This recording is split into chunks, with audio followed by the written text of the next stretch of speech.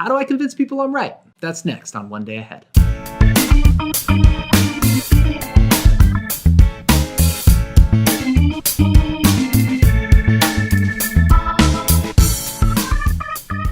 Welcome to One Day Ahead, Are There Any Questions? A web series where I take student or teacher questions from my school and around the world. And today's question, Dear Nate, can you talk about how I can get better at convincing people I'm right? Because I'm always right. Me too! You know, we spend so much time in school talking about what to say and so little time talking about how we say it. And that's a problem because I have some news. Being right is not nearly as effective as you might think. In fact, when it comes to driving behavior in others, being factually correct is like barely in the top 10. And in school, we spend like so much time teaching about formulating a position, and then we support it with this bulletproof, peer-reviewed, irrefutable evidence when all the while, when it comes to like convincing people, being factual like hardly matters at all. Being right, it relies on logic. And the thing is, scientists have shown that it's emotion that plays the indispensable role in making decisions. Consider the work done by neuroscientist and dude who's way smarter than me, Antonio Damasio. He wrote a book called Descartes' Error, with the central premise being that it's not possible to separate logic from emotion. They are inextricably linked. Descartes was the dude who like famously said, I think, therefore I am. And Damasio is coming in and essentially saying like, you missed one. That's his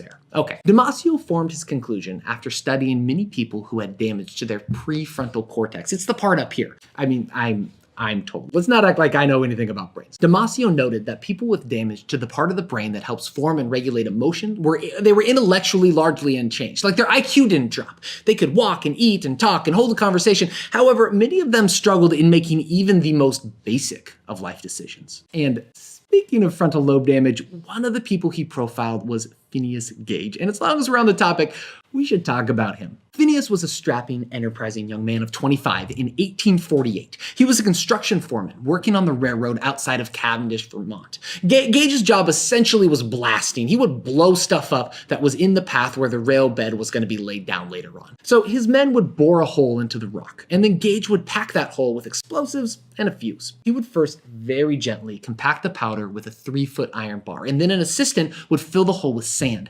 which Gage would then more firmly compact so that the force of the explosion would go into the rock rather than back out at him. So it's 4:30, it's been a long day. If you're starting to see where this is going, you're right. So Gage was packing one of those kaboom holes, and he'd already done the bit where he gently compacts the powder. But on this fateful day, he gets distracted by one of his men behind him. He turns over his right shoulder, and that brings his head in line with the hole, and he opens his mouth to speak. At that moment, either because he brushed the side of the borehole, creating a spark, or because he brought the rod down firmly, thinking he was compacting the sand instead of the powder, it's not clear, but yeah, it exploded, and it sent that 3-foot iron bar right through his head. Yikes. It went in the side of his face, passed behind his eye, through his brain, and exited none too kindly out of the top of dude's head. The rod was found some 80 feet away, smeared with blood and brains. Gage was thrown backward, landing spread eagle on his back, kind of like you'd expect, and he convulsed for a moment. But then, and I am not kidding,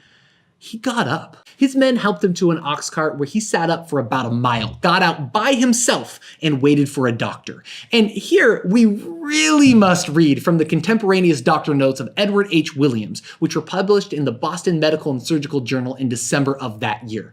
First, I noticed the wound upon the head before I alighted from my carriage, the pulsations of the brain being very distinct. The top of his head appeared somewhat like an inverted funnel, as if some wedge-shaped body had passed from below upward. Mr. Gage, during the time I was examining this wound, was relating the manner in which he was injured to the bystanders. I did not believe Mr. Gage's statement at the time, but thought he was deceived. Mr. Gage persisted in saying that the bar went through his head. Mr. G got up and vomited. The effort of vomiting pressed out about half a teacupful of the brain, which fell upon the floor. Ah! Oh, I need a moment. So why am I telling you this, aside from it being like amazing? Well, because Gage would survive. After a horrific period of recovery, he went on to live another 12 years, and intellectually, he was much the same guy. But much like the other test subjects studied by Damasio, the centers of his brain that dealt with processing emotion had been destroyed. The doctor who did the initial life-saving surgery was a man named Dr. John Martin Harlow. He would track Gage through the rest of his life and noted the ways in which he changed. He wrote, Gage was capricious and vacillating, devising many plans of future operations which are no sooner arranged than they are abandoned, in turn for others appearing more feasible. He could no longer hold a job, could no longer make a plan. In short, his logic was intact, but that's not how we make decisions. This tracks with the work of Damasio, who studied people with bilateral frontal lobe damage. He found they had difficulty processing emotion and making rational decisions. In the worst cases, even when presented with the simplest, no stakes, just pick one scenarios, they simply could not do it. All that to say, we tend to teach kids to suck the emotion out of their writing. As a society, we tend to hold up the shrewd businessmen and women who can set aside feeling and stoically, rationally study the data and make the call. But this is wrong. Like biologically, neurologically, it's just not what's happening. We cannot make decisions without emotion.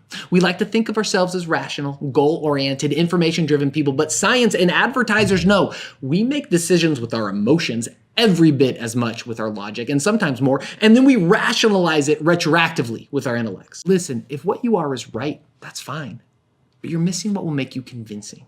You need also to learn to engage the emotion of your audience. Doing that will obviously depend on the situation, but take a look at your language, because language is emotionally charged. Are you concerned or are you worried? Is it difficult or tough? Were they surprising results or shocking discoveries? These words, they matter. So pay attention to your language and think about the emotion they convey every bit, if not more, than the logic.